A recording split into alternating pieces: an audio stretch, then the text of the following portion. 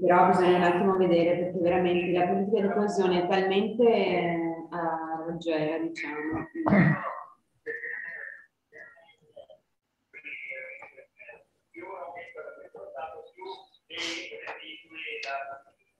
Quindi della vecchia programmazione. Ok.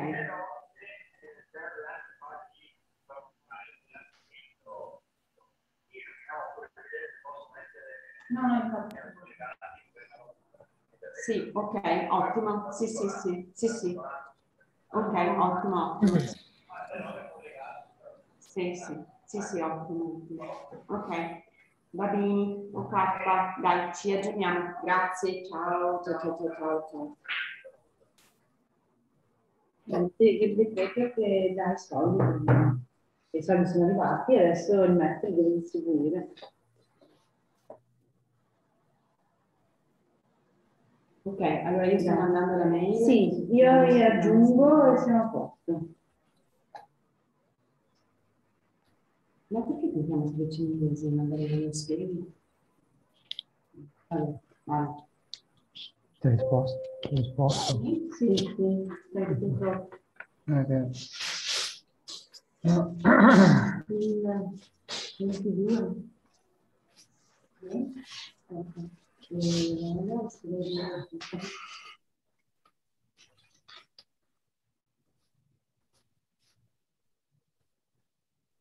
Ok,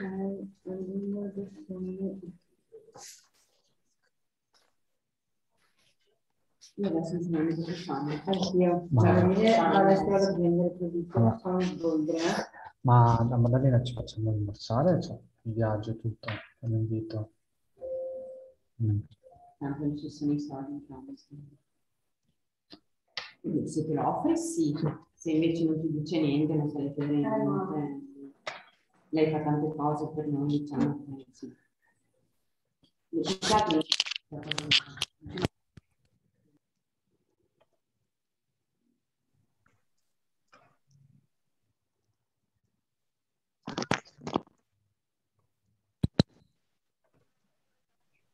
Okay. Yeah.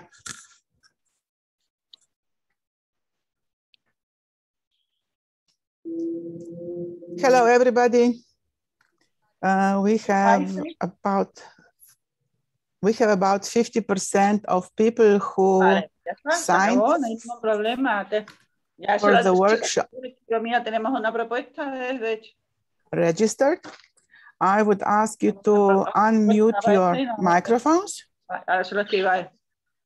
and would like to welcome you in Innovation for Active Healthy Aging workshop on improving private and public collaboration in uptake of innovation.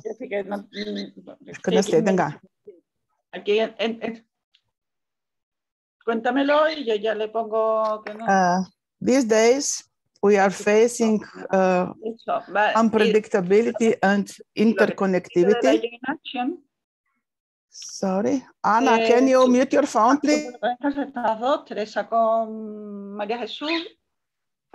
Y le dije, necesitamos que me concretéis qué personas. Para mí, y lo que estuve diciendo, digo, si van a ser SAS, la entidad va a ser SAS. Y consejería que vaya como... Alenka, you were muted. Somebody else has to mute. El tema está en que si identifican a alguien del SAS, del Arena o del no sé qué, si va a ser FISEBI, bueno, yo prefiero que sea fundación. Nyt se tajus vasta.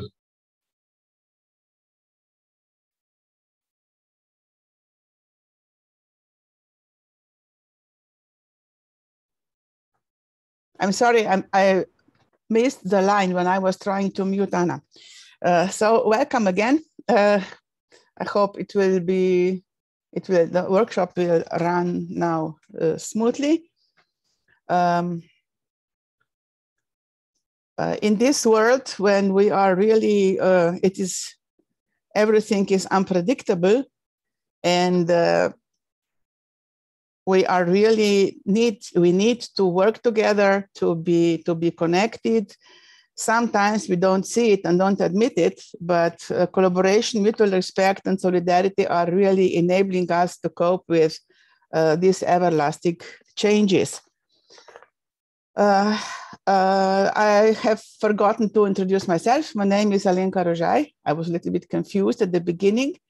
I'm coming from Slovenia, Slovenian Innovation Hub. And we are happy to be part of this project, which is very, very important. The process of aging is, of course, there for every one of us. And if we want to keep people being independent and healthy, they would have more healthy years of life, we need to be very much open to innovation. We need to help innovation being introduced and then also spread among the stakeholders. And this is what this project is about. We are 10 partners from 7 European states, and I'm inviting now the head of the project, the leading partner Technopol, Piret, here to present the scope of the project. Piret, the floor is yours. Thank you. Yeah, hello everyone, and I'm really happy to introduce this project to all of you. And Alenka was absolutely right. I would like to add one more thing here. I'm using myself as a persona for this project, actually. I'm getting old and I need to have these innovative solutions also in the future. And I want to live my later years happily staying at home and feeling secure. And that's why actually me and my partners a year ago, or a bit more than a year ago, we started to think, what is behind this? That we kind of have this need for innovative solutions. I feel it myself. And then we have companies providing those innovative solutions. So the solutions are there, but for some reason, there's the need and the demand for these solutions and the supply side do not meet. And why is that? And this was the initial starting point for this project, actually. Yes, as Alenka said, my name is Piret Hirv, and I'm representing Science Park Technopol here in Estonia, Tallinn. And in our Science Park, we have a community that is called Connected Health Cluster, which is an ecosystem of startups, big IT companies, hospitals, governmental organizations, patients, organizations. So we have in our small local ecosystem, we have all the needed stakeholders presented. But when we started to look cross-border and to other countries and to other ecosystems, it was not that clear what is happening there. And partly we think that this is one of the reasons that that innovation is not that easily scaled up as we would like to see. And the tasks we described for ourselves, what we need to do during this project, were quite simple. Actually, we wanted to present or to educate or I don't know what the correct word for this is.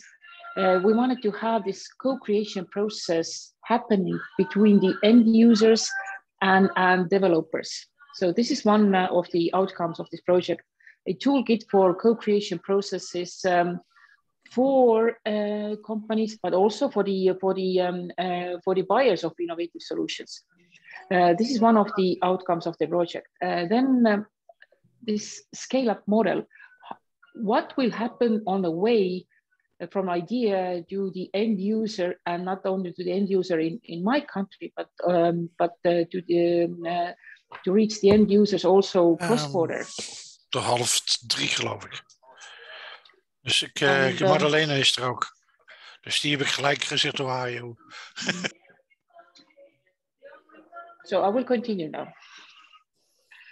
And what will happen on the way in this scale-up model? So again, scale-up model is another outcome of this project. And how to implement, or what will happen after the project, the roadmap, how to implement all those outcomes. This will be also part of the project. But we also realize that not only companies and maybe patients or citizens are part of this cycle, but we identified that it's really important to have all the different buyers on board. That includes also local authorities, local organizations, but also how to involve investors, because the market of active and healthy aging, it's growing, it's for sure. But for the investors, they take this area of work quite carefully still. It is growing, but we wanted to encourage investors also to be part of this process, and strategy for the companies and for the investors, how to get connected, how to be ready for investors, and what are the specific tasks to put your money or where you can put your money on. So this is also part of our project. And I think I will finish here, just underlying that local authorities and collaboration with local authorities is extremely important when we talk about active and healthy aging. So I wish you all really fruitful discussions, and the outcomes of these projects will be really valuable for every single citizen. It doesn't matter how old they are right now, but in the future, they will need our results. Thank you. Thank you very much, Piret, for this very descriptive presentation of the project. And this is one of the few projects where we are present to know that all stakeholders are taken into account. It is not just doing something and trying to sell, but really getting to know what are the needs of the users, and then come ahead and even develop things or services for them. Piret already said that the findings of this workshop and all other workshops, which are really great, are going to be reported to European Commission. And right now we are going to look at 5 different regions from Europe. We are going north, south, east, west, and also we are looking to different national cultures, because the obstacles or promoters of innovation intake might differ in different environments. So we will ask each presenter to have 15 minutes to present the example and point out the good sides and what could be done better, so we don't use negative expressions. After each presentation, there would be a short discussion, and you can also send your questions through chat.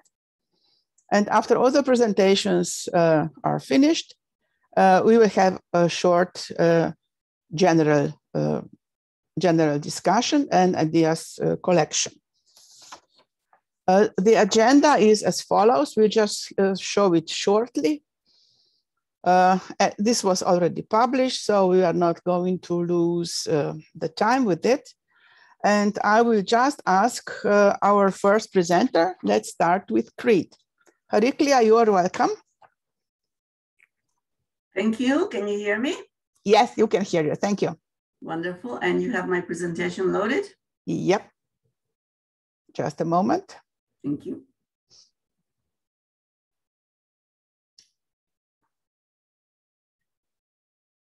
While you're finding it, I'm just going to... I have it ready, but I have problems with sharing screen. So I'm asking Monica to do it. Okay. While we're waiting for it to be loaded, I would like to say that it's wonderful to be with you all. The topic and the matter that we're going to discuss sort of cuts across all disciplines, as far as I'm concerned, for active and healthy aging. And I hope that in our discussions, we will highlight each one of us what is important for us and how we can proceed. In my presentation, I did not, thank you, it's on. Thank you, yeah. I chose to try something a little bit different and hope that you will share your ideas about it. As the reference region of Crete is has all the components that Pirette discussed before, the universities, the NGOs, the community services, and all these things. And what we try to do, and one of the attendees here is Cleo Kutra, who is in charge of this project. I'm going to present you, please, the first slide. First slide. I'm going to present you a project that we have started, and the Hellenic Mediterranean University of Crete is taking the lead on this in collaboration with, of course, other shareholders, including NGOs, community centers. And we are looking at a community-based multidisciplinary approach for the prevention and management of non-communicable chronic diseases. Why? Because this is one of the strongest issues and challenges when it comes to technology issues. Most technologies are developed for diabetes, let's say, or for something else. In reality, it's the chronic diseases which are the bulk of the conditions that actually prevent active and healthy aging. If we can prevent them or help people self-manage them, then we're going to create a better system and higher resilience communities, not hospitals alone, but in the community to manage what is the most common problem that we all face as we age, and on which technology is an essential component. The next slide, please. The model that we use for this project, which has a large team, multidisciplinary team, is based on some work that we have done as part of the A3 group of the previous active and healthy aging thing. And what I want to point out in here, please look at the parameters that really influence what goes in the middle. What helps our society and our community are not simple things, but digital technologies, leadership, education training programs, and communities of compassion are key elements that we need to have. The rest, we can actually build on if we have the support of these pillars. And why do I say digital technologies are essential? Because if I want to develop anything in society to improve the quality of life, I don't just need to have the engagement of the persons, I have to give them something that they understand in their language and their culture. Yes, we have lots of beautiful technologies that I have seen about how to walk, how to stay socially connected, but they're not really technologies that have the funding behind them to be translated into Greek and to be tested in our own particular population. And the same thing holds true for educational and training programs. There are several professional educational programs that actually we are part of them in training, not just only physicians and not just only health care workers, but also the persons who take care of the people with non-communicable disease on how to improve their quality of life, which will prevent, in fact, deterioration of their health. People can have poor health and still have quality of life. And that comes as part of the social connectivity issues. And the best way to have social connectivity is, of course, in the community where you feel you're part of and that you're welcome and that you can ask your questions without fear. And to do that, especially during the coronavirus, we all know that we need all kinds of digital technologies. And it isn't just the machine that has the app. The community that I live in has to also have all the other things that support it. Wi-Fi, for example, will be one of those things. But in addition to that, I have to teach a person. I, as a doctor, have to teach or be involved in educating the person that I'm taking care of on how to use this technology and why. Now, when I talk about why, I mean things that are important to the person themselves, in addition to the fact of what I think are important from a medical perspective. And from a medical perspective, really healthy aging, if we forget the genetics for a moment, there are basically three key pillars to it. One is we need to be, without question, eating the right foods, doing the right physical activities, and in addition to that, have a sense of belonging. That is what contributes to our well-being. And in that, we need to include leisure activities. And this is where I really think that cross-border collaboration comes into real life for me anyway. One of the NGOs that is part of our consortium developed a community-based program just for a few people to test what's the best way to do all this before the coronavirus. One of the things that they created all is cognitive function, having the right companionship, using meetings of food where you can teach about food, doing exercises like yoga by the sea, etc. And it was a very successful program. We tried. Successful in what way? It had an impact. And this is a word that I want to use over and over again. An impact which we measured. It improved the sense of well-being, which we measured with the World Health Organization questionnaire. It improved the cognitive function of patients in terms of their specifically memory of that they had some difficulties with, but they were not impaired, in other words. And we would try to teach them something about technology. The only thing they were really interested in terms of technology at that stage was how to use a tablet to Skype their grandchildren who were across the countries that they were going to study and be with. What was interesting when the program ended, we thought that this group would be, no, they continue actually. They created their own WhatsApp group based on the training that we had given them in the beginning. And they decided on their own to create a way of leisure activities through tourism. So they are learning languages on their own. It happens to be Italian because many of them have children who are in there, in a way to be in touch with their kids, but to go and visit them as part of their sense. I'm good enough that I can go and travel and be where I am. This part is an impact that we had not anticipated, but it was possible because of the technology, okay?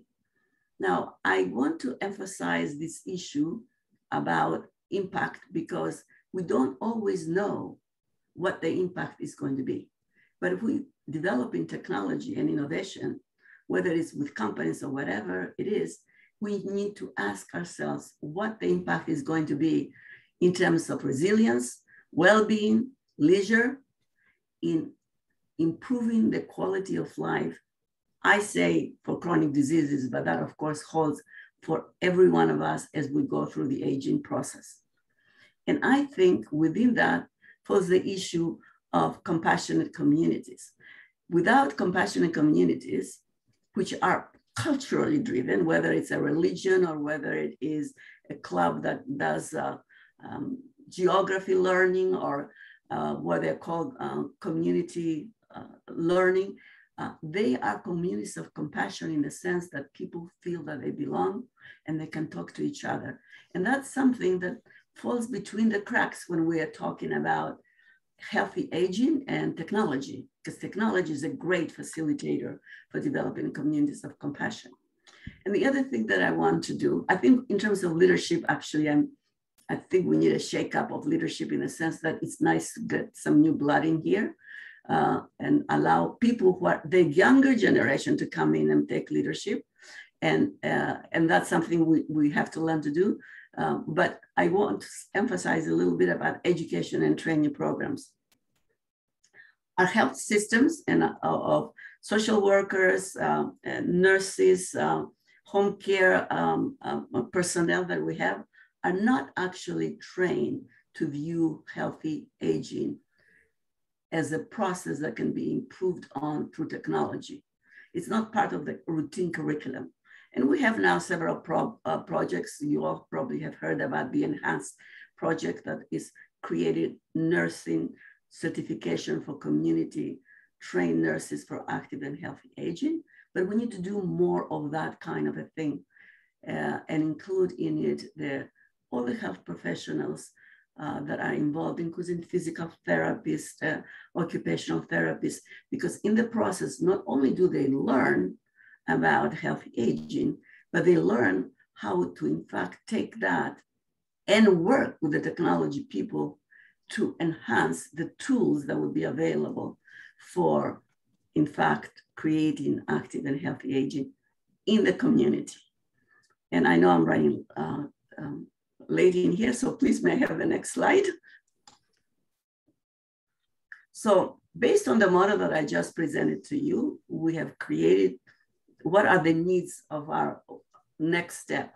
We need to create a database that includes both social, psychosocial, and medical parameters, including nutrition and physical activity. We know how to do that. We are very good at that, but we need to do it in a way that fits the health system of the country. One size does not fit all. And that is a little bit of contradiction because we need to develop databases that can be open and shared.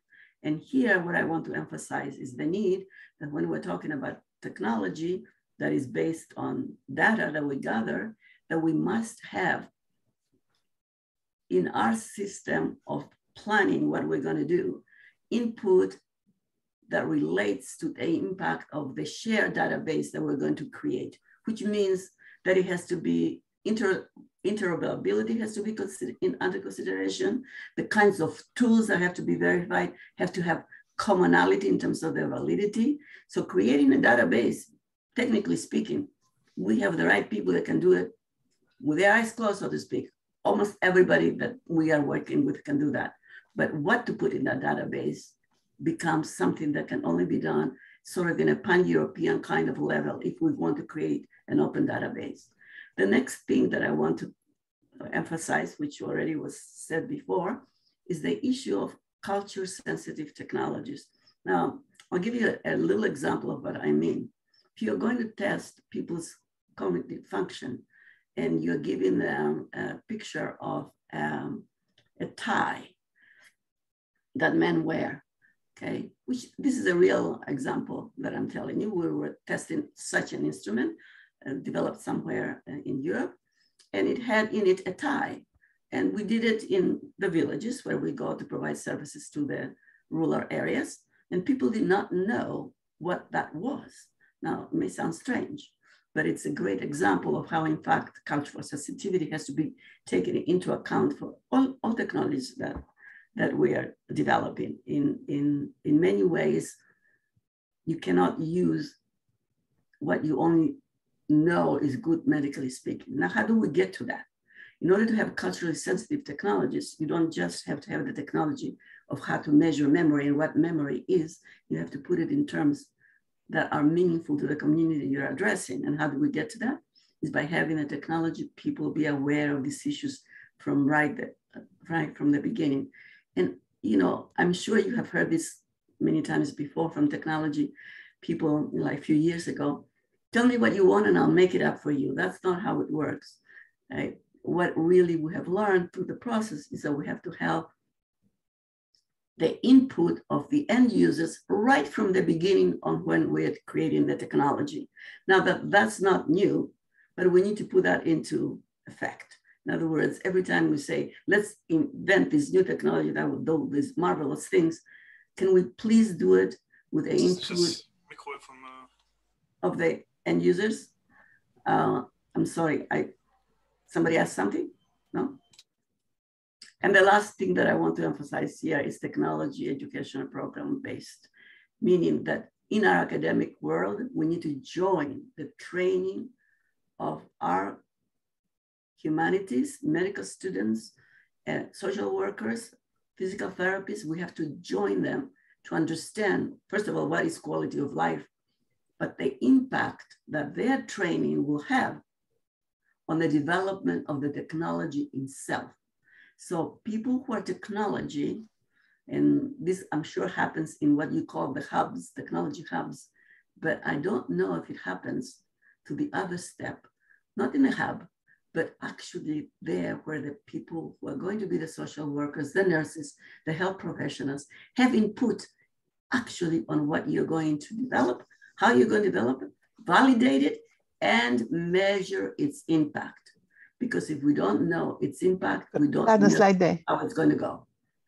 Okay, the next one, please, is a very simple thing that I wanted to emphasize. I know my time is short. What I say basically is that we are going, from my perspective and the things that I've been reading and discussing with my colleagues, measuring the impact of any technology starts from its conception, and it takes money throughout the process.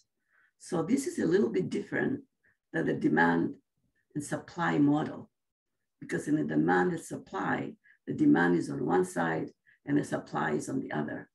But in essence, if we want to bring innovation, we have to bring those two sides together, because we don't always know what demand really means if you are a doctor, if you're a physician in the academia versus a physician in the world out there. And I think that those 3 points are the ones that I wanted to emphasize. What we have learned is that without those points, we cannot just go and do something and evaluate its real impact. We could say we invented something, but and that is my end of my presentation. I'm open to your questions and your discussion.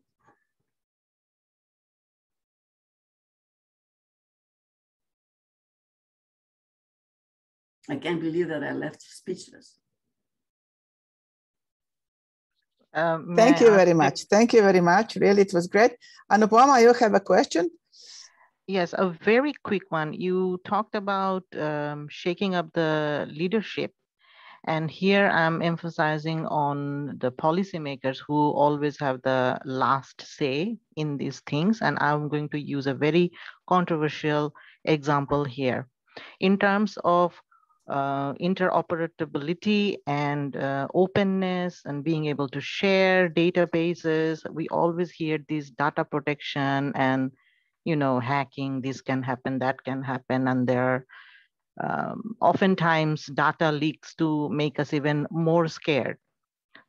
The way I see the problem is that often the policymakers or the politicians are left with these scary stories, and they come out and say, okay, we cannot do that because we have to protect the data of our people.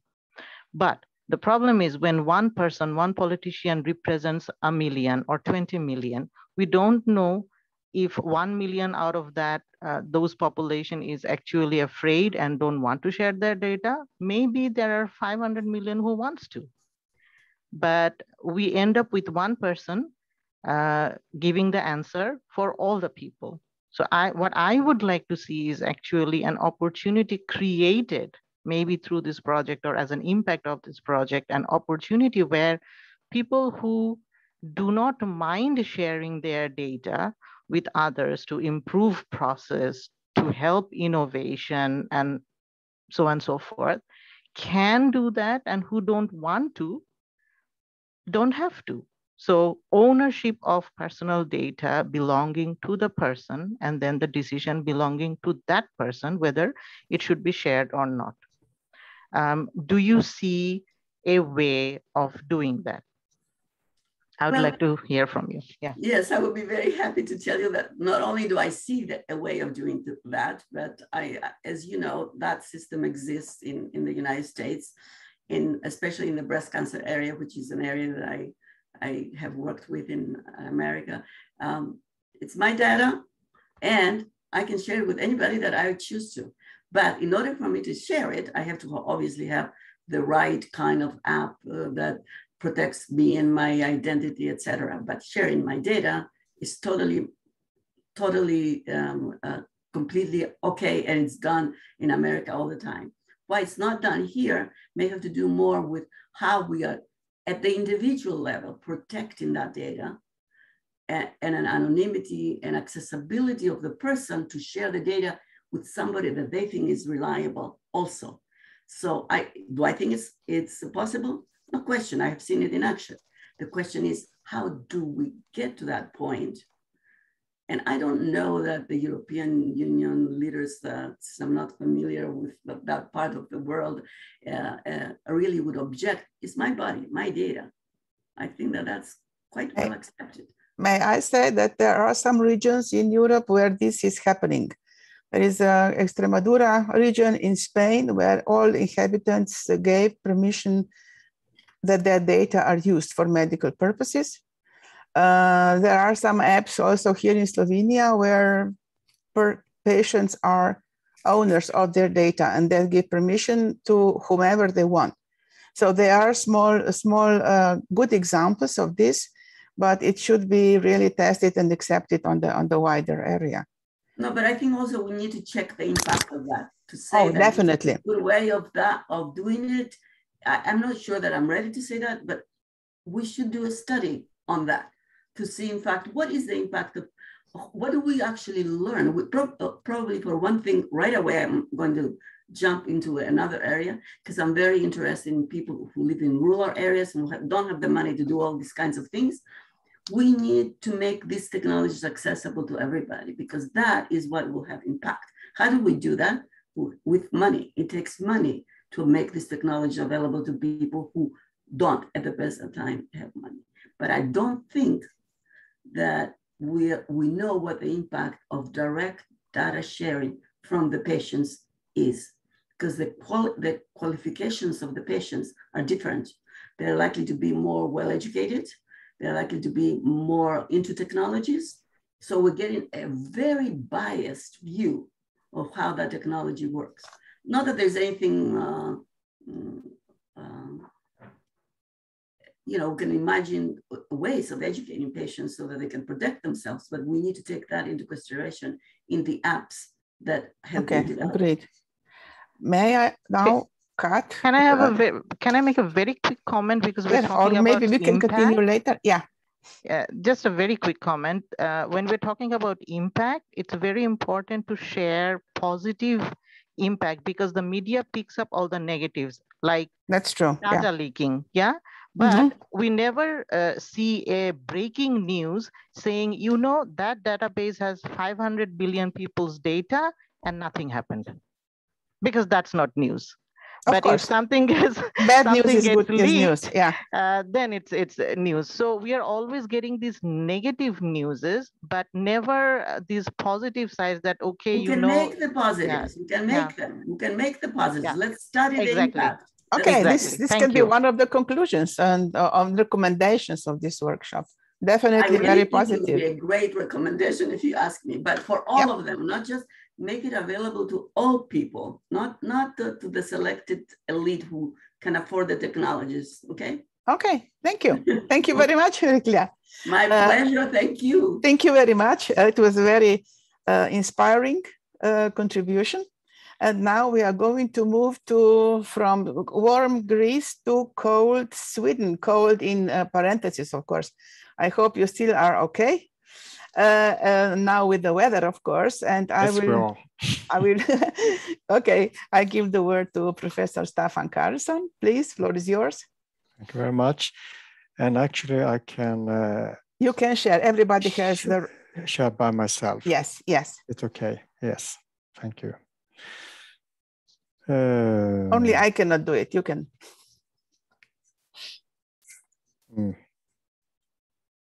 Excellent. Yes. Thank you. It's a very big picture, I think, but it's okay. Yes, and I'm from a small university in the south of Sweden, and I'm working as a professor in health science. And my presentation is about preventive home visits for seniors. We also call this intervention for pre-age. This program is a collaboration between 7 municipalities, 1 region, and 1 university. It's Kristianstad University, and also including a private company, which is Entergate. And I will explain later how this company is involved in the project. And actually, from the beginning, the municipalities, the region, and the university have had an established collaborations since 2003 in providing a research platform. It's called Hälsa i samverkan, Health in Collaboration in English. So this pre-H program, the purpose of the program was to develop a common model for preventive home visits for seniors, and common in those 7 municipalities. And the model is including the home visit service, the content of the service, I would say. And it also includes the organization for home visits. It's about who is going to do the home visits, how often, and which persons are we going to approach. So every municipality are providing the same services in the municipalities. It's a common model. And we also involved a private company for the digital support. And this support include a digital questionnaire for assessment of the seniors. This questionnaire is also include advices about how about decision for support and counseling about health and preventive interventions. It also include advices how to provide information to the seniors during the home visit.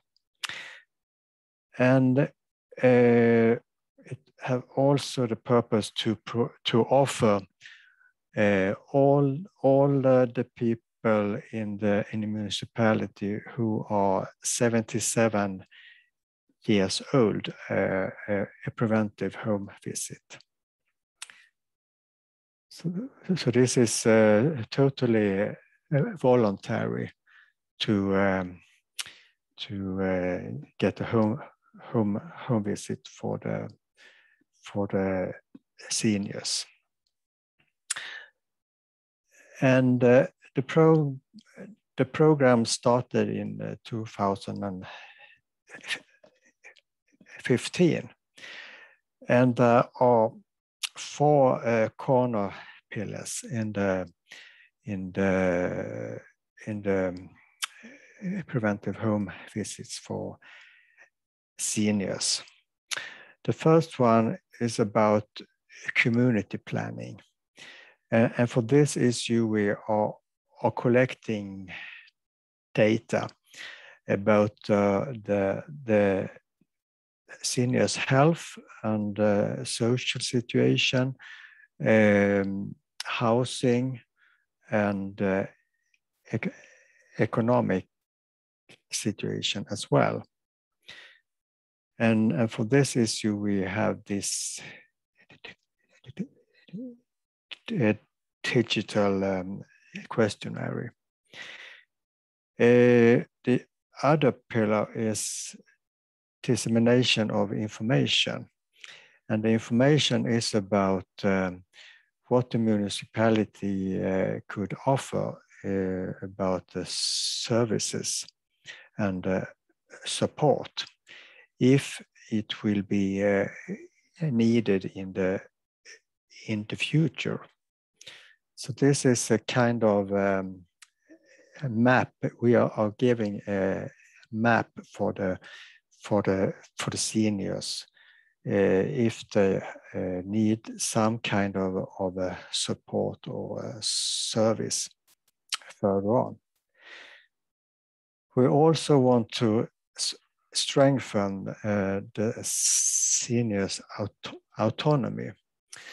And it is about general health promotion. So we are having counseling about interventions to prevent, to live a healthy life as a senior. And it could be about nutrition. It could be about to provide activities and so on in general. We also want to prevent ill health. So if we are counseling the seniors if they have any health problems or complaints, and giving advices to the seniors. And then I'm going to present how this program was developed. Actually, we have an already established collaboration for 10 years, and it was about operation of a research platform, Health in Collaboration. So actually we have, this was a well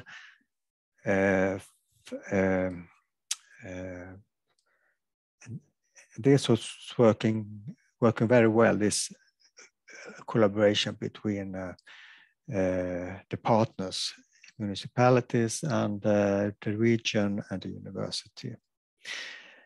And in 2013, we had an evaluation of the research platform where the reviewers were recommended to develop a common project within the collaboration. And a proposal was bring up about preventive home visits, as 4 municipalities already had different kinds of this service, but they were very there were a big variation how those home visits were provided. So actually in 2014, the creation of a common model was started. So in this collaboration, we formed a steering group, and this steering group, there were representatives from the university, the municipalities, and the region who was starting this work. And during this year, they were provided free 2 days workshops. They were looking at the already existing models, and they were doing scientific review in the area on the topic. And they were decided about the structure and the content of preventive home visits for senior, and also bring up a need of a digital support in this program. And actually, those success factors in this program, I will say, is to have establish a collaboration between partners. It's very important. Also to create together that having all the representatives within the creation of a program, and also have a big respect for the staff in the municipal services, respect for the knowledge and the work.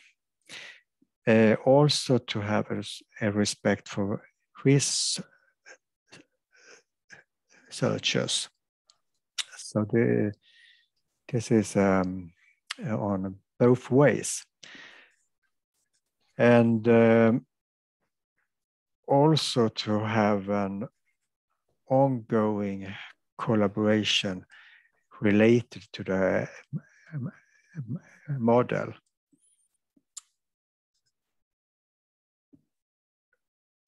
It's also important improvement in this program is to link education to the model, to provide education to for those staff who is providing the preventive home visits in the municipalities. Also link research to the model is also important to improve the model. We have 2 doctoral students who are linked to this model. One doctoral project is from the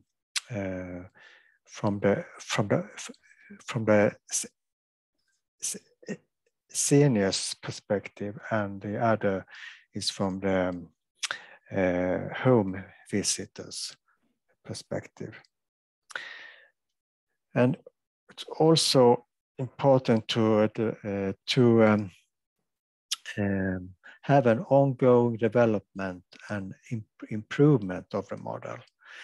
We are now planning to expand the model also to include screening of some common risks in older people.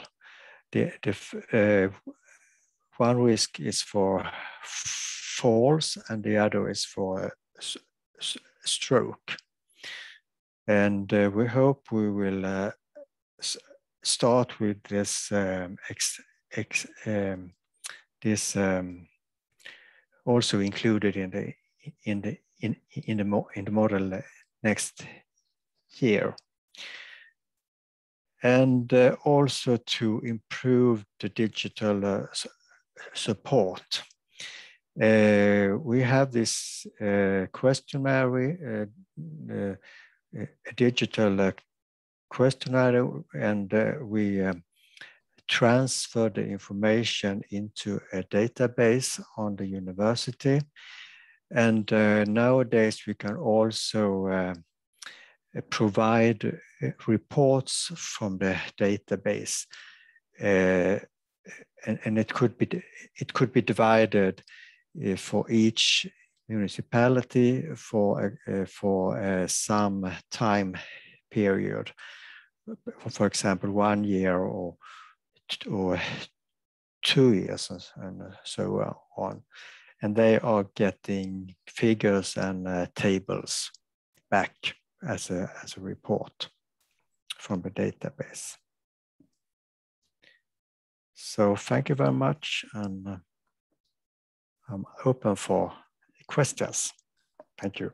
Thank you very much, Professor Carlson. This was very, very informative and was just kind of confirming what already Chariklia said, that everything has to be measured and then proved. Any questions from participants? If not at the moment, then we would go ahead, and I'm inviting you, of course, to stay. Maybe later. To attend later for the bigger discussion. Yes. Yes, thank you. I have a short question. Sorry. How big is this region when you are implementing this model? Is it connected to other regions in Sweden, or is it only southern? Only southern Sweden, and I think it's about in those 7 municipalities, we have about around 200,000 inhabitants. Mm-hmm. So it's well manageable. Quite small area, actually. Yeah. But it's really a role model. Thank you very much again. Yeah, thank you. And we will move now to Romania. Carmen. Yeah, thank you, Alenka. Okay, thank you very much. And thank you once again for inviting us to participate in this meeting. In this workshop, and I'll do the share screening. Hope you will see my presentation right away. Is it okay? Yep. It is in the process. Yes. Go ahead, please. Okay, so thank you very much. Once again, our presentation is more related to the digital healthcare transformation in the Northeast region of Romania. In terms of presenting you our case, our cluster case, Imago Mall cluster, I will go back to some of our previous projects, which involved developing a public-private collaboration. So as we are a cluster, a medical cluster focused towards medical imaging, in between 2015 and 2016, we haven't implemented a project, which is, we used to name it USMED project, because it created in the end 2 important digital products for the members of our cluster, and with the collaboration of the members of our clusters. In fact, the collaboration between the universities, medical university, technical university, 2 regional hospitals, the County Spiridon Hospital and also a neurosurgery hospital, both from Iași, and also some of our IT companies. So those organizations were involved in developing this project under the umbrella of the cluster. And we succeeded in developing these 2 products called USMED, which was a unique system of medical data available for all the members involved in the project, and also giving access to the private medical clinics. This system enabled the transfer of medical images between the hospitals in real time. And also another product, which is called the Surgery Assist, which enabled the surgeon to access the medical images in the surgery room during he or her is performing the surgery. This, let's say, it was a first experience of creating and developing projects in collaboration between the medical actors, the academia, and the companies. This project enabled the RomSoft company, which is also a founding member of Imago Mall cluster, to go ahead with another promising project, which has been implemented between 2019 and 2020, which is called the EMIM. It's a cloud application for storing medical data. We talked also about sharing and storing and sharing medical data with the occasion of the first presentation today. So this is an application which also includes USMed, but is meant to connect the patients with the clinicians and with the doctors and with the pharmacists. To store the medical data in a unique cloud database, of course, to create the web platform as the interface between the users of the platform, to include some of the AI algorithm to analyze the data and to try to help the patients with the data, for example, to monitor their level of blood sugar. So this is the section which is called self-management disease, and of course to improve the dialogue between the patient and the clinician in real time, to schedule the meetings, to give access to different kinds of medical analysis, of course in fully compliance with the GDPR rules. As a matter of fact, because this EMIM app was used intensively last year during the outbreak of COVID-19 crisis, in Romania, for example, in spring, there was a shortage of all kinds of medical products.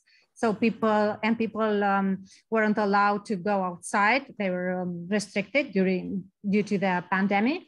So with the help of this app, they could search for different meds to different pharmacies. So the patient got into contact with the pharmacist, searched for the meds, and this enabled to get information much easier. So this is the reason why Imago Mall chose to promote this app during the different meetings organized at the European level, and also, as a matter of fact, this solution was presented also by Euronews as an example of best practice of using digital healthcare products during the pandemic and connecting patients with the pharmacists and with the medical staff. Another point to discuss about what we can do in digital healthcare transformation is the one related to supporting the healthcare startups in developing, but not only developing, but also the deployment of the products. One of our members is XVision. It's a very promising startup which developed an application dedicated to using AI algorithms for the analysis of the pulmonary pathologies, especially X-ray analysis, also enabling to give COVID-19 score, and also an application to the detection of the pulmonary nodules on CT scans. We help them to deploy their product in 4 public hospitals, members of our cluster within the Northeast region. Another startup is called Synaptic. They want to develop also an app for the radiotherapists, dedicated to their radiotherapists. What is important is that we enable them to get into contact with the radiologist and with the radiotherapists in order to design and to understand, of course, better what is about, what are the needs of the medical doctors when thinking and designing, of course, this kind of app. Talking about the promoters of private-public collaboration, Northeast region of Romania, of course, we here as a medical cluster, we gather all the relevant actors in terms of them of developing research in healthcare, especially on medical imaging, including in vivo imaging, in vitro imaging, and of course IT techniques, because imaging is now medical imaging is now very much connected to the new technologies. So we gather under our umbrella healthcare providers, private healthcare providers, SMEs, both coming from medical domain, but also from IT, research and academia, association, public authorities, and facilitators in terms of technological park and Northeast Regional Development Agency. Another initiative which is aiming to enable the digital healthcare transformation is the Digital Innovation Zone. They're the Regional Digital Innovation Hub. We are also a member of this, associate member of the Digital Innovation Zone. It's called DIS, has chosen healthcare as one of their vertical along other healthcare, along other verticals. And of course, Northeast Regional Development Agency, which is the facilitator of the regional development in terms of establishing national and international collaboration.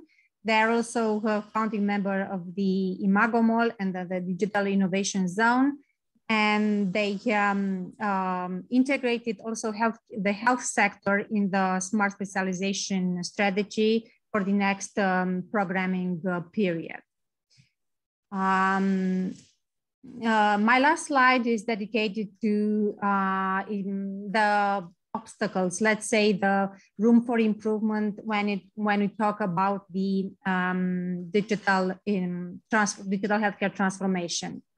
So the first one is related to the somehow the inertia of the medical system, public medical systems in the uptake of the digital tools and the processes, because this is very much linked to the somehow poor digital infrastructure or very unequal in terms of course, a different kind of infrastructure which exists in the hospitals in the region. And of course, the weak interoperability of the data systems. There is also the lack of legislations and of course, and the protocols to integrate the digital technologies in providing the healthcare services. Due to COVID-19, there has been a kind of advancement at the level of legislation in Romania in terms of uptaking the telemedicine. So this is, let's say, kind of silver linings in terms of the pandemic and of course, the speeding up of the uptake of the telemedicine, new technologies in healthcare. And another obstacle could be, and of course it is the weak digital skills of the healthcare workers. So of course, more, there's a big place to provide trainings, to do trainings in terms of what is digital healthcare. In terms of what I wanted to add more in terms of active aging, is that our founder, University of Medicine and Pharmacy from IASH, is now in the phase of finishing a very important project for this silver economy in the region, which is called MAVIS, an innovation and technological transfer center, which will include innovation labs and living labs for doing research and connecting researchers and companies in developing projects for the towards, of course, active and healthy aging. So thank you very much, and I'm open for discussion. Thank you very much, Carmen. It was really inspiring. Can I ask a quick question? Yes, go ahead, of course. Please. First of all, congratulations to you, to your organization, and to Romania for actually deploying the innovations, as opposed to throwing them out there in the market and say, okay, we have approved your technology, now go and survive yourselves. I have seen fantastic innovation dying out just because of that. So kudos to you. Very quickly, the third challenge that you mentioned, that lack of digital skills among health workers. Has there been anything done to change that? Like not just separate training sessions and things like that, they're always good, but more impactful are if this digital skill gaining becomes a part of your education, say maybe part of the Bachelor of Medicine, Bachelor of Nursing, so it becomes an integral part of your tertiary education. Is there any steps taken towards that? Yeah, there are some steps taken that have been taken towards this direction. At the University of IASH, there have been introduced some modules related to using AI, artificial intelligence, in medicine. And also the same situation is at the University of Medicine from Bucharest. They have also introduced some modules related to digital technologies and, of course, new technologies such as artificial intelligence in their curricula. So yes, there are some steps that have been taken towards it. Thank you. And could you please share the link to Mavis that you talked about? Yeah, for sure, Tasha. I will share the link. Thank you. Thank you. Thank you. Thank you. It was great, and thank you again that you agreed to participate. Thank you very much. It was really inspiring, and I think we can do some more work together in the future. I'm really glad. Sure. Okay, thank you very much. And now we are going to Slovenia, to northern part of Slovenia, Koroška. And since now we were talking mostly about people staying at home, more or less years, but staying healthy at home. Now we are going to see a very inspiring example from Slovenia, where people who are in institution already are receiving very special care. So I will give the floor to Mrs. Sandra Pavše and Masha Mlachnik to present us their example from on their case from retiring from home for retired people from Koroška. Yes, hello. We will introduce you our innovation. So our project, Keepers, and this project is one of the best things that I can say in our retirement home. And since can you share your screen? Yes, I will. Okay. Yes. So since 2013, it's presented in our home. So now we will show you a short movie that you can all see our retirement home.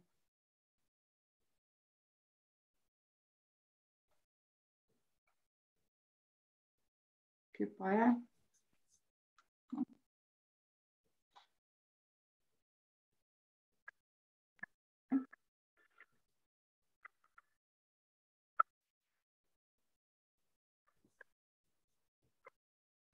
Vai da Mônica agora.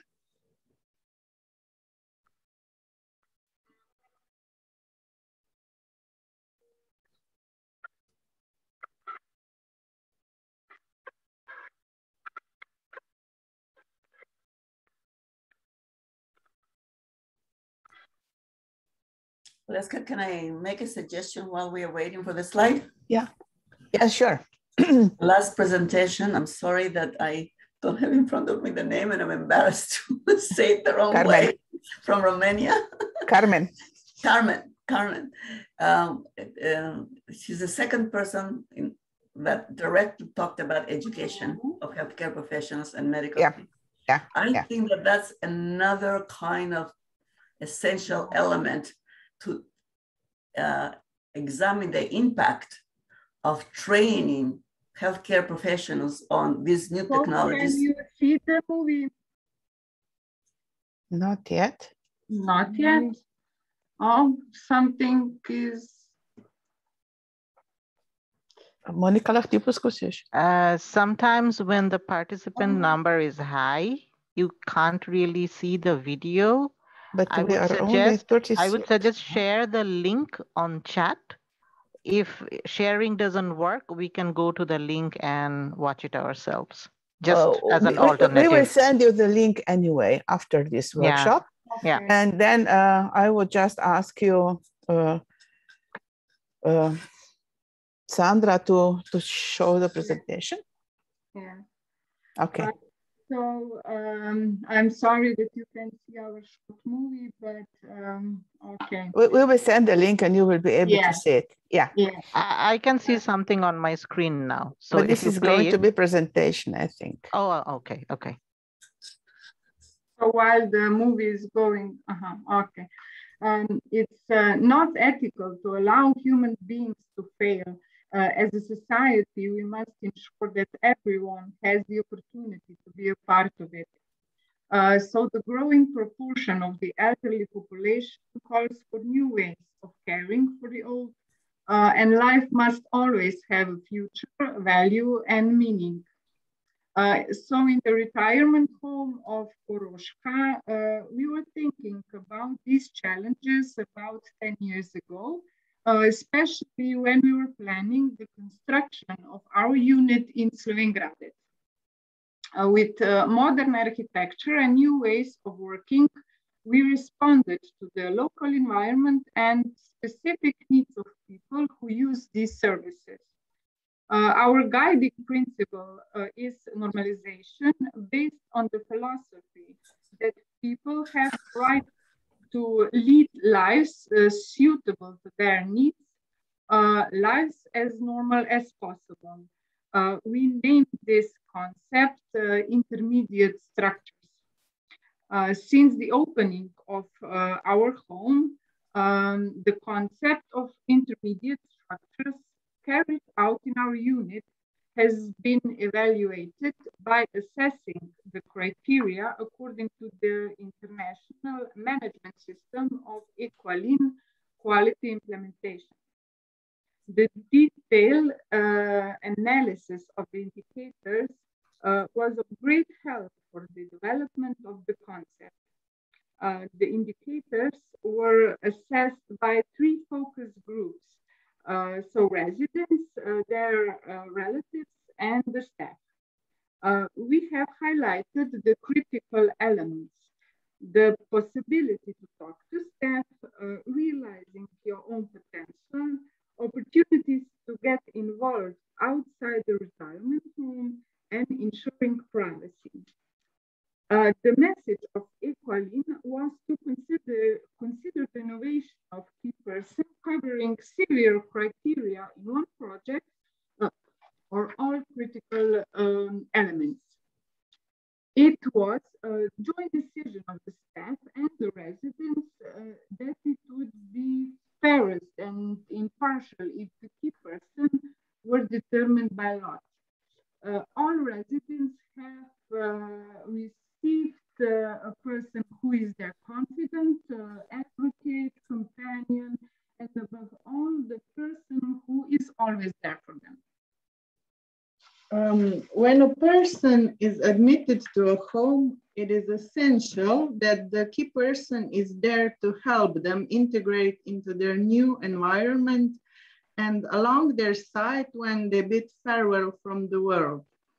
The originality of the project is the institutional orientation towards the needs of the residents with a concept that works on several levels: physical, social, emotional, spiritual, responding to the needs of the residents' family, to the needs of the residents' group, as well as the needs of the institution, local environment, and broader public. The Key Person project enriches everyone, residents and their relatives, staff, the local and broader community, and society at large. Good deeds improve the care, treatment, satisfaction, and safety of the individual. With this project, we are changing the philosophy of life and work in the retirement home. We aim to surpass the familiar way of life in retirement homes. It is important to emphasize that we can provide only basic services within specific timeliness with our current human resources. However, we aim to outshine these norms. The Key Person project does not present additional costs for the residents or additional staff workloads. The project itself does not provide any new employment. It is linked to the existing employments in the home. We can say with certainty that the implementation of the project generates savings on one hand and wealth on the other, which is reflected in the satisfaction of all involved. The social bonds between residents and the staff contribute to the positive atmosphere in the institution. The project offers a benefit that is not financially measurable, but has a great value. Several Slovenian retirement homes are interested in implementing the project. Our goal is to turn our commendable practice into the standard of living in Slovenian retirement homes. The project connects key pairs with the local community and extends the social network to residents and staff. By all means, caring for the elderly does not only mean providing services in the social and healthcare system, but is also part of the system's culture. Together with the residents, we work for them and treat them the way we would like to be treated when we are old and possibly in need of help. That would be all. Thank you for your attention. Thank you very much. I think that you showed that personal interaction and personal approach is really the most important in all we do, because people work with people, people live with people, and trust and respect and all which is given to humans is really very important and helps us going on also in the old age. Thank you again. Do we have any questions? Okay, then we will leave it for later and move to Spain. I'm inviting Jose Maria Romero. to present to us how the public procurement can be a very good instrument to promote and push innovations forward. Jose, the floor is yours. Thank you very much, Alenka. I'm going to share my screen. Yes. Just.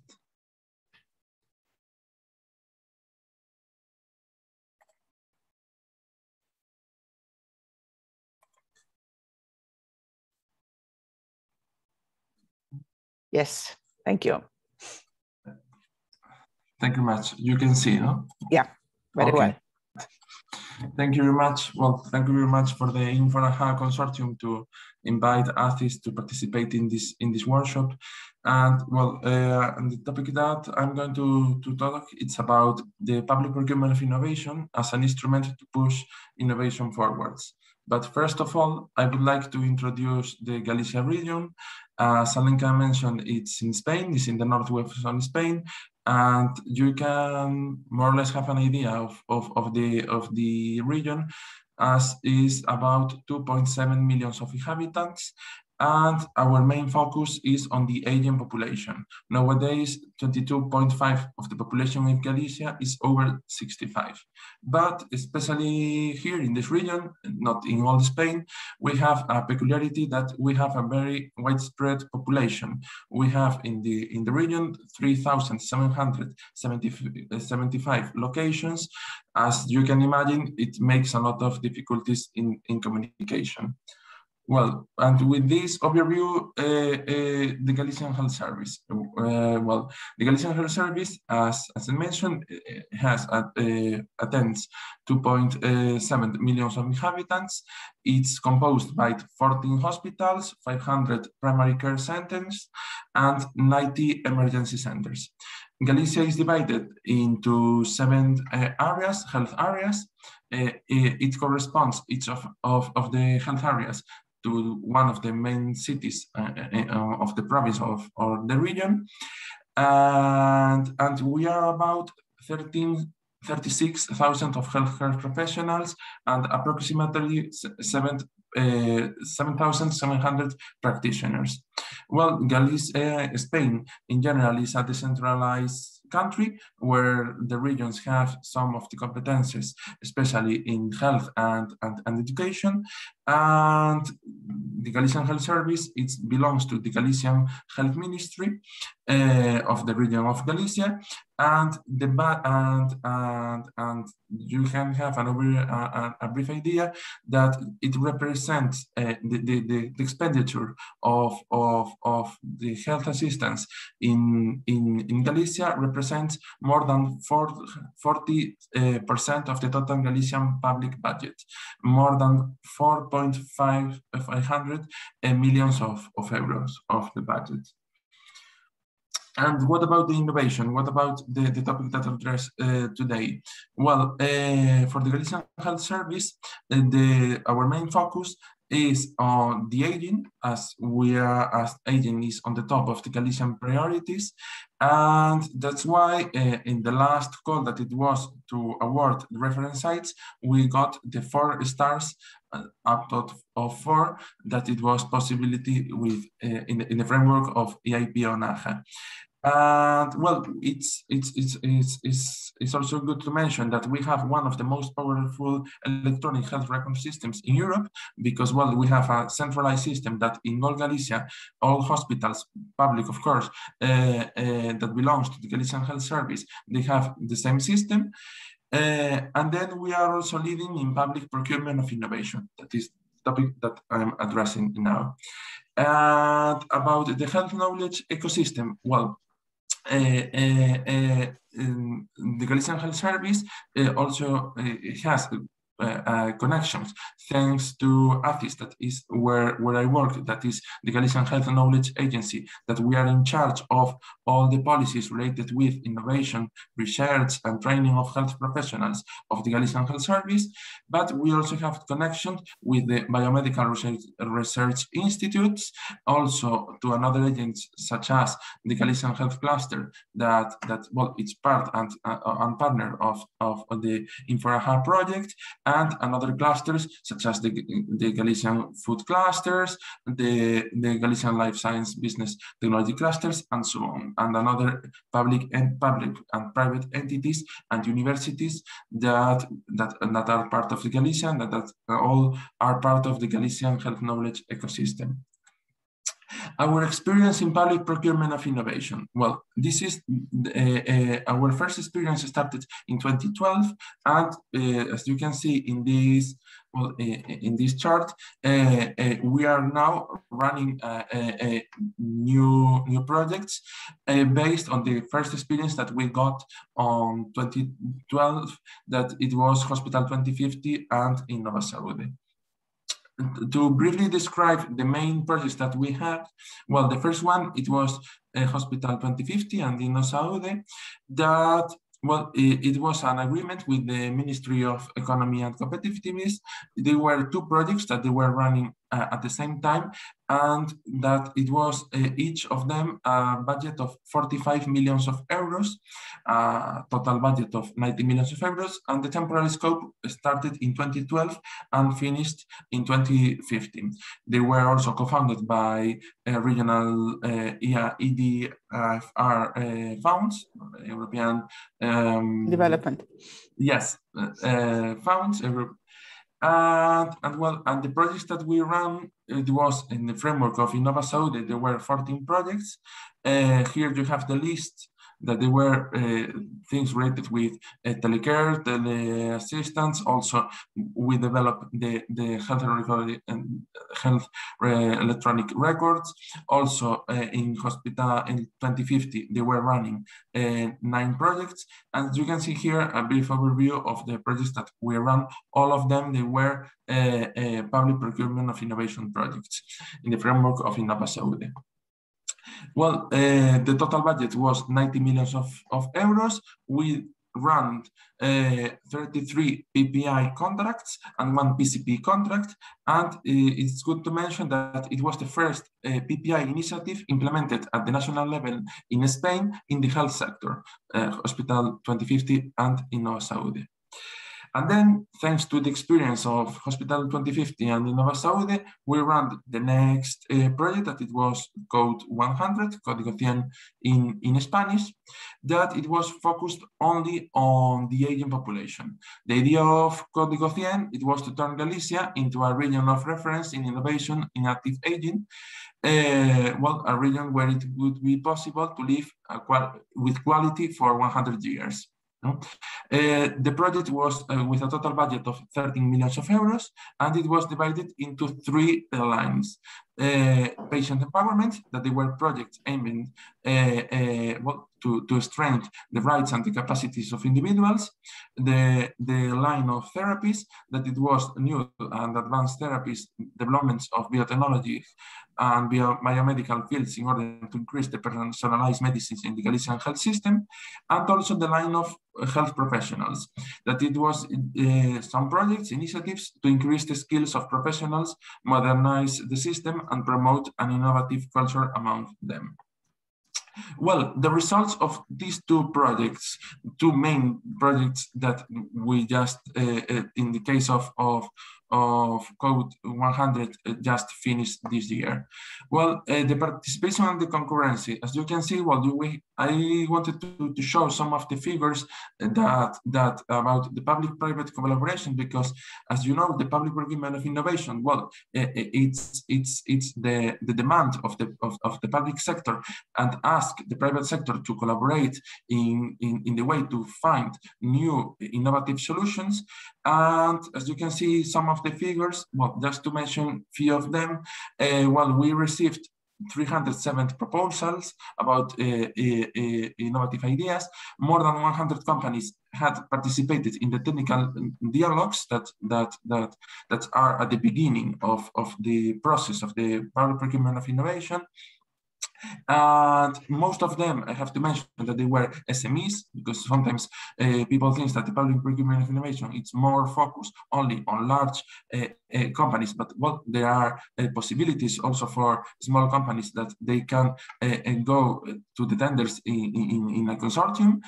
And well, and well, you have here more numbers, and I wanted to focus more on them. Well, thanks to this experience that we got to these new big projects, now we are running, I have to mention that we are running 2 new projects. One is Innova Trial, that is with a total budget of 15 million euros in the Galician Health Service, that is to develop an integrated IT system for the management of biomedical research and health science studies. And another project that we are running, that with our colleagues from the Hospital of Coruña, that is Innova Microlab, that find innovative solutions in the field of microbiology, and is with a budget of 5.7 million euros. Well, you can see that the public procurement of innovation is a strategic idea for the Galician Health Service, and that we are even now continuing and applying for new projects, and because well, we think that is a good idea to promote. Well, and I also wanted to mention one aspect about public procurement of innovation. Well, that is our network of health living labs. Well, I have to mention that in Orense, in the Hospital of Orense, thanks to the project that I mentioned before, that it was Hospital 2050 and in Nova Saúde, we developed one area that it was that it was composed with experimental rooms and postography rooms and multisensory stimulating rooms. Well, an area that companies can go there to experiment and also to test innovative solutions that they are developing. The idea and the connection between the idea of Living Lab and the public procurement of innovation is to connect both ideas, and that the companies that will apply and that they are applying now for the tenders of public procurement of innovation of the Galician Health Service, well, we also give and we also facilitate the PPI process, giving a space for the companies where they can test the prototypes and the solutions that they are developing thanks to our PPI tenders, and also outside the public procurement of innovation process. And that's why we can see here the connection between how, thanks to one of the projects, we could build in one of the hospitals experimental spaces where companies can test, and also we return this investment again in the public procurement of innovation process, giving the possibility for the companies to test their solutions there. And well, I know that we are running out of time, so just to finalize my presentation, I would like also to mention some keys of the public procurement of innovation process that we have here in the Galician Health Service, that I think they were keys at the end to success in the PPI process. The first one that I wanted to mention, it was the institutional leadership and the long-term vision. It was the public procurement of innovation process is a key aspect and very strategic for the Galician Health Ministry and for the Galician Health Service. Well, thanks to all these projects that we were running, the first one in 2012, now we had increased human capital capabilities for development of the PPI process, because as we know, it's not a normal tender. It's in some aspects, it's a complex process that is important to develop and to strengthen the human capital capabilities. Well, we also developed, thanks to the experience gained, the existence of new mechanisms to identify the needs and opportunities and knowledge. Well, sometimes it's difficult to find the needs that we have then to launch a PPI project.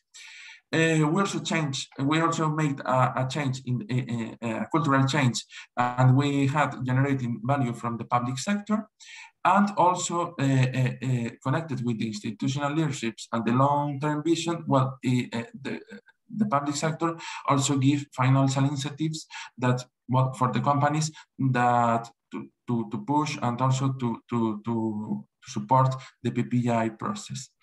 And I think that's all. And of course, I'm able for any questions or comments you want to make. Thank you very much, Jose. It was really, again, something very special. Do you have, what is your biggest challenge? I have a question here from Anupama. She had to leave, but she put her question into a chat. Mm-hmm. What is the biggest challenge? Well, the biggest challenge, it was something that I mentioned at the end of the presentation about the keys of the PPI. It was the cultural change. Well, as I mentioned, the process of a tender of PPI is totally different. Well, we have the market consultation, we have a dialogue also with the ecosystem. So it's important that also the cultural change, not only in the public sector, that of course it was needed, and that we have developed new skills, but also for the companies. Well, the companies had to know that it was a new process, a new way of launching a tender and with new specificities, with some steps, with phases and so on. And it was the main biggest challenge. And I think that now in Galicia, well, this cultural change was already done. It's already done. But of course, the process is to continue learning and developing more projects about PPI. I think this is the only way you can be successful on long term. We had very good workshop on the innovation ecosystem in Slovenia in October last year, and we hosted Professor Edquist from Sweden, and Sweden has done a lot of steps in this respect. Also in active healthy aging community, this is really well promoted, but you are really succeeding in doing it, so congratulations. Thank you very much. Really great, thank you. Thank you. Thank you for your participation, and I'm opening the discussion now. Do we have any more comments or any more questions to our presenters?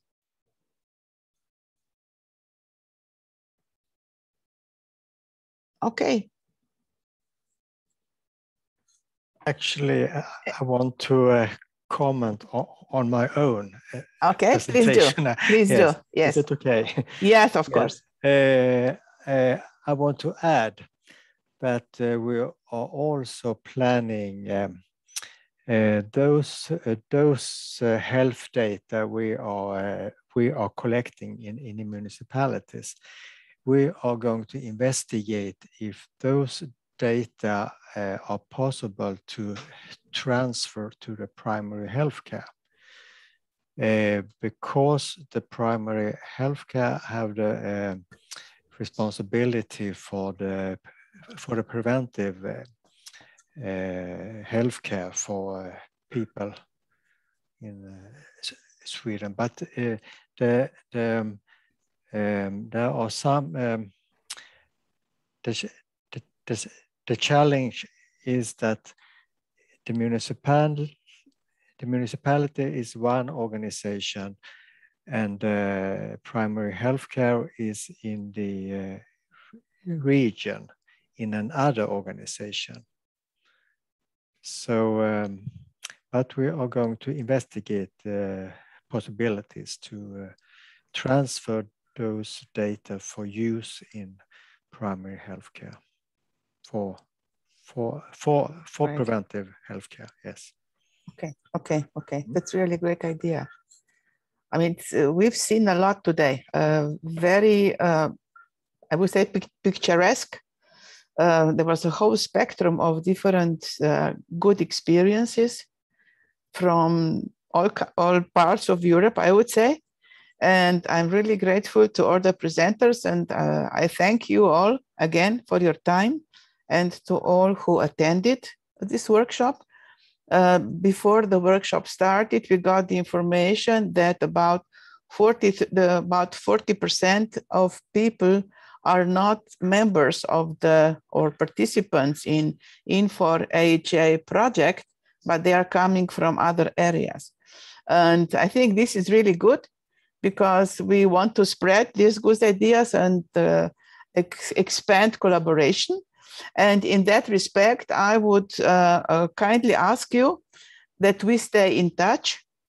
And if you still have some suggestions or good experiences, I would kindly invite you to give us that, to send us this information, and we will continue with it and include it in the projects, because the project is going on till the end of next year. And we still have a lot of room to include all the good examples and to make better suggestions for the European Commission. So with that, I would conclude and thank you again. And I hope that we will live long and we will have a lot of healthy years. Thank you. Thank you, Alaska, and I hope maybe you can create. Oh, sorry, I haven't seen. Yes, sure, go ahead. Oh, that's okay. It was really inspiring. I've had a great time learning a lot of things. I don't know organizationally how you're doing this, but some of the people said similar things about what needs to be done next. I was wondering if we can create some sort of a working group that can further develop these commonalities. Yeah. Like, you know, just a thought for, like, for example, the issue of educating, which the Romanian group did and we have done, we're doing. I'm just thinking about those things there, getting patients involved in the community, like the Swedish presenter did, but in collaboration with the medical system. I think that there's a lot of exchange that can further refine what we heard. This is the purpose of this project, to spread out, really to spread out. Thank you for your suggestion and your question. But the purpose, one of the purposes of this project, which is really great, it's growing and growing, and we see that a lot of things can be done in nearly all areas. Exactly. The purpose is to connect and to share experience and to get more workshop, to get more clusters and more communities joining and sharing and uptaking these good examples. With Professor Staffan, we already agreed on the chat that we can use their model as a role model. And it depends also on, of course, on the national culture, as you know, but we have a lot of good examples. We are going to write also from the recording. We are going to prepare a thorough report. And then again, I'm still asking you again to send us your thoughts, your ideas, and of course we will put a lot of things on a common denominator. But there are going to be some examples which are very special, maybe special to some culture, but we need to appreciate it and cherish it and include it into the suggestions. I love it. Yes, thank you. Thank you. Bye. Thank you very much. Bye, okay, bye-bye. Bye-bye. Bye. Thank you again.